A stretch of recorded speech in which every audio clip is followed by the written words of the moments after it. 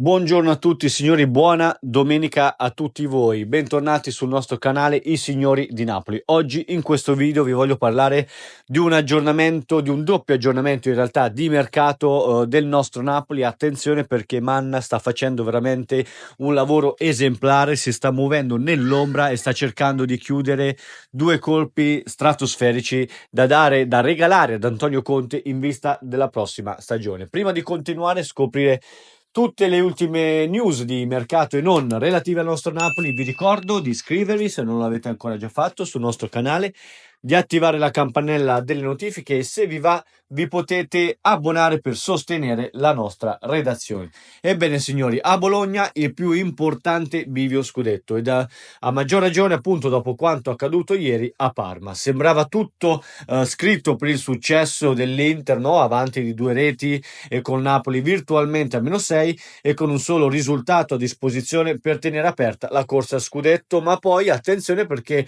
il crollo dei nerazzurri nella ripresa, un 2-2 con i giallo-blu a sfiorare anche, pensate un po', la vittoria finale, e il Napoli che dunque scenderà in campo a -4 con la possibilità di portarsi di nuovo sotto con un risultato positivo, -3 o addirittura -1, con un calendario a quel punto super sempre sulla carta.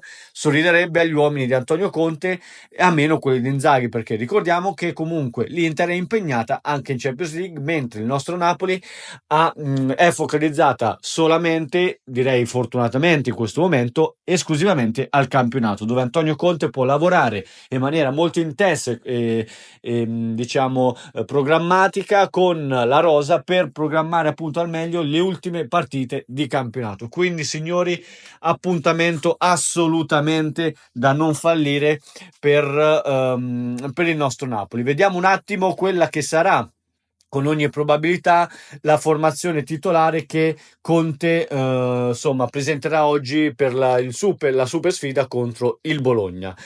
Allora, vediamo, ripartiamo, ve la leggo un attimo, eccoci qua. Allora, partiremo come sempre con il 4-3-3, un modulo che esalta le caratteristiche dei nostri giocatori. Allora, in porta avremo Meré, centrali soliti Buongiorno e Ratmani, a destra capitano Di Lorenzo, sinistra Olivera. I tre di centrocampo saranno davanti alla difesa Lobotka, mezzala destra Anghissa, e mezzala sinistra McTominay. Davanti con ogni probabilità avremo tridente composto da Neres, Lukaku e Politano, quindi formazione tipo per il nostro Napoli. Fatemi sapere cosa ne pensate. Lasciamo andare un attimo, lasciamo stare ecco le notizie relative al campo e soffermiamoci sul calciomercato brevemente. Allora, il Napoli sta continuando a trattare in queste ore Solé dell'Udinese, il colpo è sempre più vicino. L'aggiornamento è che il giocatore avrebbe detto in un colloquio telefonico sì a Manna, sì al progetto azzurro, e sarebbe entusiasta, non vedrebbe l'ora di essere allenato da Antonio Conte, che saprebbe portarlo a un livello, a fargli fare insomma uno step successivo alla sua carriera. Quindi aggiornamento clamoroso, abbiamo il sì del giocatore, questo probabilmente farà sì che i Pozzo potrebbero ecco diciamo rivedere le richieste per Solé, ma comunque signori intanto il sì del giocatore ce l'abbiamo. Spostiamoci nel reparto offensivo. Vi ho sempre parlato di Lucca, che è un obiettivo primario del Napoli di Conte. Attenzione perché nelle ultime ore sono salite le quotazioni di Bonni del Parma, un giocatore stratosferico, giovanissimo, che farebbe benissimo nel Napoli di Conte.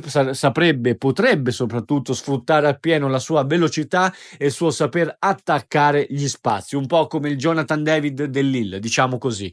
Detto questo signori, il campo, la formazione ve l'ho detta, ditemi cosa ne pensate, ditemi anche cosa ne pensate di Solé e di Bonni, soprattutto se preferite Bonni del Parma oppure Lucca dell'Udinese, chi secondo voi sarebbe più adatto al nostro Napoli.